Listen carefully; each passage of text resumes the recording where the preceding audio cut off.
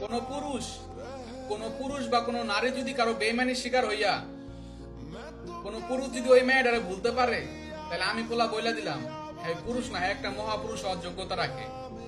আর কোন নারী যদি কোনো পুরুষকে ভুলতে পারে, আর সেও একটা নারী না, হ্যাঁ একটা মহারানী হওয়ার যোগ্যতা রাখে। পৃথিবীতে আজ পর্যন্ত এমন নারী পুরুষ এখন পর্যন্ত জন্ম হয় নাই যে কারো কারো মায়া ত্যাগ করতে পারছে। আমার জানা মতে আমার এইটুক বয়সে আমি আজ পর্যন্ত দেখি নাই যে কেউ কারো মায়া ত্যাগ করতে পারছে।